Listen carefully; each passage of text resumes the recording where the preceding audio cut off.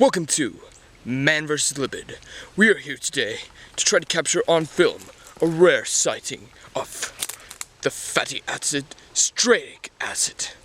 As you know, fatty acids exhibit their strange mating calls to mate with glycerol, their female counterparts if you missed our last show, to produce fat. In reality, glycerol and fatty acids don't mate. They in fact combine through dehydration reactions to merge into a fat. Glycerol is an alcohol with 3 carbons having a hydroxyl group attached to it. A fatty acid is one that consists of a long hydrocarbon tail.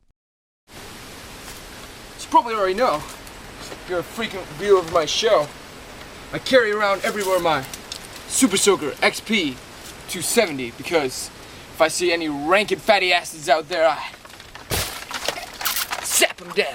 As for my plan is to try to capture this really rare fatty acid on tape and get back to civilization as fast as I possibly can.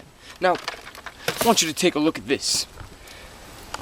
This, my friends, is an example of the wilderness, a habitat for these fatty acids all over. They could be anywhere.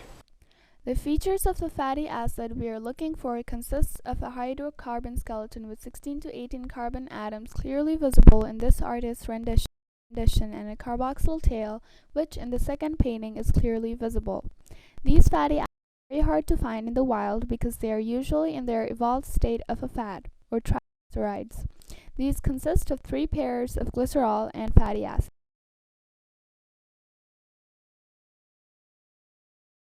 Now my friends, the first thing you have to do when you're trying to capture a fatty acid is shoot some water into the wilderness over there. And search for any signs of rustling because these creatures are incredibly, oh goodness, I lost my footing, incredibly afraid of the water.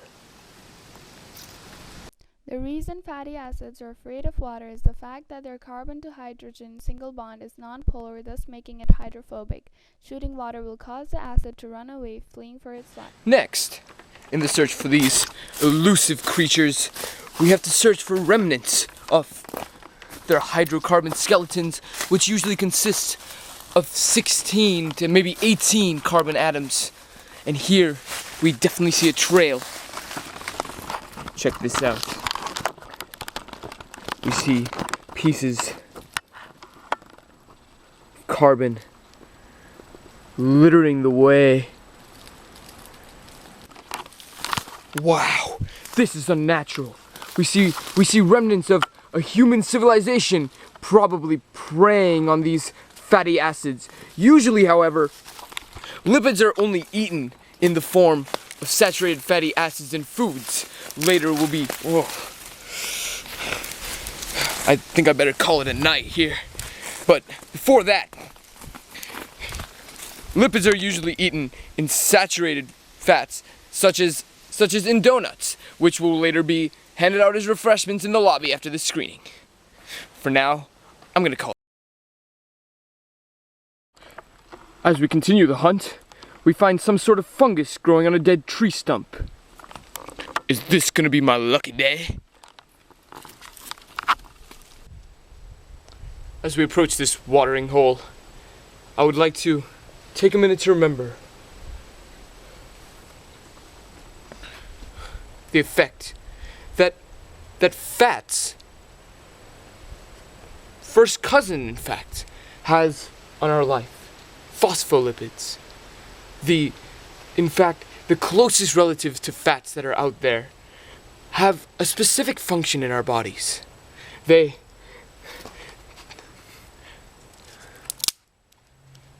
are phospholipids in this. There are phospholipids in that watering hole. And there are phospholipids, yes, in me and you. All of our cells are binded by cell membranes. But what are these cell membranes made out of? Since phospholipids have the hydrocarbon tails, which are nonpolar, thus are hydrophobic. And since they have the phosphate group, which is in fact hydrophilic, they are thus both attractant of water and detractant of water. And yes, detractant is a word. Thus, let me remember how much these fatty acids do. Yeah. That's right. What? Yup. Phospholipids are what make up the cell membranes of all of our cells. Since instead of a third glycerol, they have a phosphate group, the phospholipids attract water from one side and reject water from the other, thus making them essential to life. This day, this second day of our search, has gone by, and literally no progress has happened. I'm kind of having a bad day. Kick up the leaves and the magic is lost.